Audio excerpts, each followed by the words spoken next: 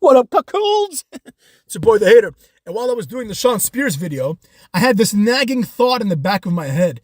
And the nagging thought in the back of my head was, how is it that this entire, at least these 5 years since AEW started, there hasn't been one new star made in either company? Not one person. You'd think one person will have raised their stock a little bit. But I'm going to argue that nobody has. Let's think about what the main event landscape looks like today, right? In WWE, we have Roman Reigns, and that's it. He's the only real main eventer. Everyone else is literally a mid-carder who once in a while gets shuffled into the main event because the company needs a main event, right? At this point, even Randy Orton, he's on the same level as LA Knight and AJ Styles now. They're all mid-carders, And some of these guys I like AJ Styles, I like LA Knight, but let's be real, they're all mid-carders. The only real main eventer in this company is Roman Reigns. So that's obviously a huge negative. You need at least several main eventers. But fine, you got Roman, right? Now, let's talk about the mid-card.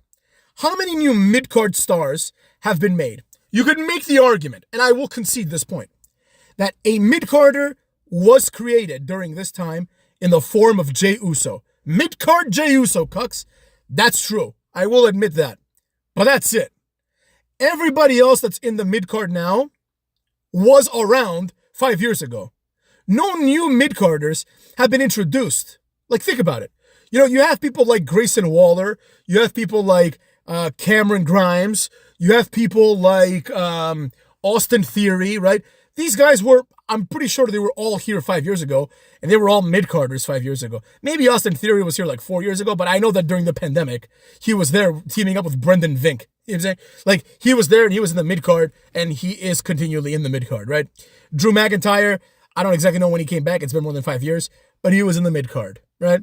Everybody was in the mid-card. Walter was in the, Walter is Gunther is the best example of this because when he came in, he was you looked at the guy and you're like, okay, this has Intercontinental title written all over it, but first he has to put in his time in NXT. And he did. And then he went and became Intercontinental Champion, right? It's just you look at him, you're like, oh, okay, this is a good, decent mid-carder, right? Nobody, when Gunther came in, when Austin Theory came in, when Grayson Waller came in, nobody was like, wow, this is the main event. Nobody thought that, right? Everyone was like, oh, here's the next mid-carder. Oh, Ilya Dragunov, here's the next mid-carder. And same thing with, for example, Carmelo Hayes or Trick Williams, right? It's nobody really thinks these guys are going to be main eventers, right? Nobody thinks that Ilya Dragunov is going to main event WrestleMania. I'm talking about real main eventers. Not on some throwaway, Great Balls of Fire. It'll be I don't know, Carmelo Hayes versus, Seth Rollins in the main event. And, it should be for the Intercontinental title, but it's for the World Heavyweight title. That doesn't count. I'm talking about real main eventers, right?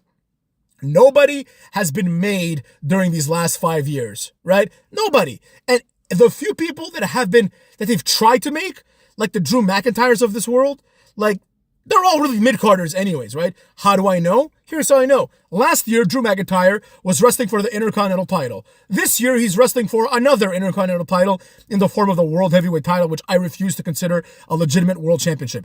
And then next year, he could very well be wrestling for the U.S. title against Gunther again. That's where he's meant to be, right? Oh, here's another mid-carder. Fantastic, right? Then the undercard has fluctuated significantly, right? There's been a lot of people that are just undercard jobbers, and these people keep getting recycled. For example, Pretty Deadly is in there, they're undercard jobbers. Grayson Waller is an undercard jobber, right? In 3 years, it might not be Grayson Waller, it might be the next Keith Lee, right? Keith Lee is an undercard jobber. Karrion Kross is an undercard jobber. There's a lot of undercard jobbers, and these people keep being shuffled in and out.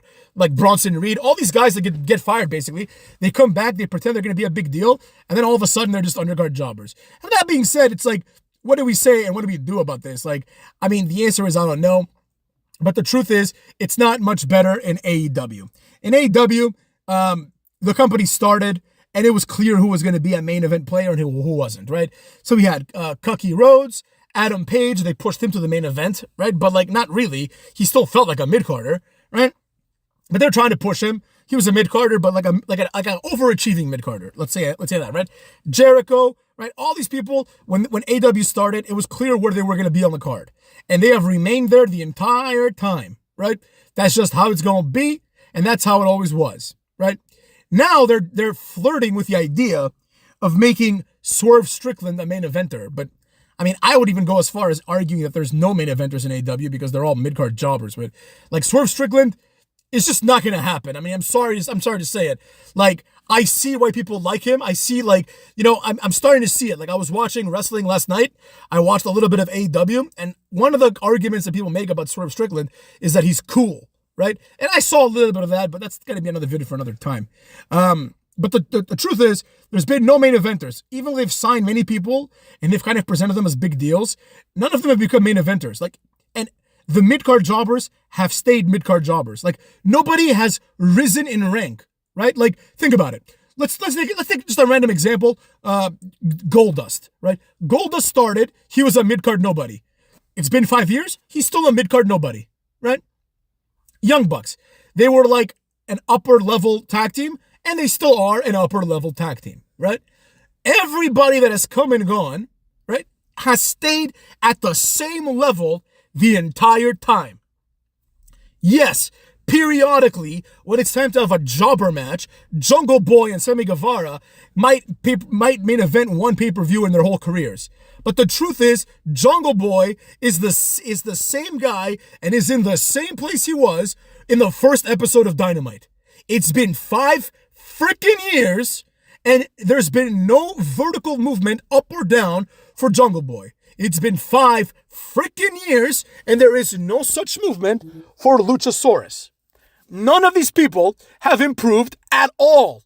Like, they've done nothing. It's almost as if you could have just signed Luchasaurus yesterday and he would feel just like the Luchasaurus that we have now that's been on for 5 years. Like, nothing will have changed. Nothing. It's like what was the point of signing Miro? When Miro comes back for the 15th time to have one match and then go away again, right? When Miro comes back again, it'll feel like a new guy, except he's been there for like 3 years. This is unacceptable. Some of these guys are actually good wrestlers. They're actually entertaining. But who cares? It doesn't matter if they're entertaining because the fans like when Prince Nana dances because the fans are intellectually small, right? They just like whatever's cool for 2 weeks. They'll turn on Swerve too, cucks. They're going to turn on everybody. Why is nobody like hearkening for Keith Lee anymore? He came in as an undercard nobody, and he is still an undercard nobody if he's even employed in this company anymore. I don't even know what the hell's going on, right? So the truth is this. In order to make a star, you have to pull the trigger. You have to do it. Now, I know what some of you are thinking. Cody Rhodes is a star now. No, he's not. Number one, he's not a star. And two, even if he were a star, he already was the star. He was the cornerstone of AEW. Like, he was the number one guy of AEW. It wasn't even a secret. Like, the entire point of AEW is this is Cody Rhodes' company. And because it's Cody Rhodes' company, Cody's not going to book himself to be like the main event guy and to be the champion. Cody's going to book himself to be like this martyr of a mid-carder. The mid-card martyr, Cody Rhodes. That's what they should have called him. The mid-card martyr, Cody Rhodes, cucks. And with that being said, when Cody Rhodes switched on to WWE, they kind of brought him in with his gimmick, right? Just like they brought in Shawn Spears with his gimmick, except, you know, Cody Rhodes has obviously a higher ceiling, right? Even though they're both kind of jobbers, in my opinion, it doesn't matter. But the point is, Cody Rhodes was brought in as a star. He wasn't brought in as a jobber. Just like CM Punk. Like, CM Punk, like, he didn't wrestle for like 10 years or whatever, and he was brought in as a main eventer, and then he was brought into WWE as a main eventer, right? I mean, you know, like, really as a mid-card jobber, but as a main eventer in the sense of, like, he's someone that, like, could win the Royal Rumble, right? And with that being said, my point stands, right? Nobody has been made in at least 5 years. You know, when the Shield debuted, you're like, oh crap, this is a group, they're all going to get made, right? Something's going to happen from this group. It's not going to be jobbers. When Evolution started, you're like, okay, at least this Batista guy is going to have a great career. It turns out Randy Orton had the better career. Who knew, right? But that, you know, like, you saw that something's going to come out of this that's more than just like a flash in the pan, right? And that's the idea. That's what wrestling's supposed to be. You're supposed to create new stars. Oh, I will say this before I forget. Dominic Mysterio. He is the only example of someone that has grown. He has gone from undercard jobber, Rey Mysterio's tag team partner just to make Rey happy, to one of the highlights of this company. He is the only one. He's the only one that understands wrestling. Oh, there's also one more, sorry. Logan Paul. He went from a nobody to a comedy nobody, right? He went from a complete nobody, like I said, right? Like he wasn't a wrestler at all, to a comedy nobody. He was like the Miz's partner. He was the Miz's partner.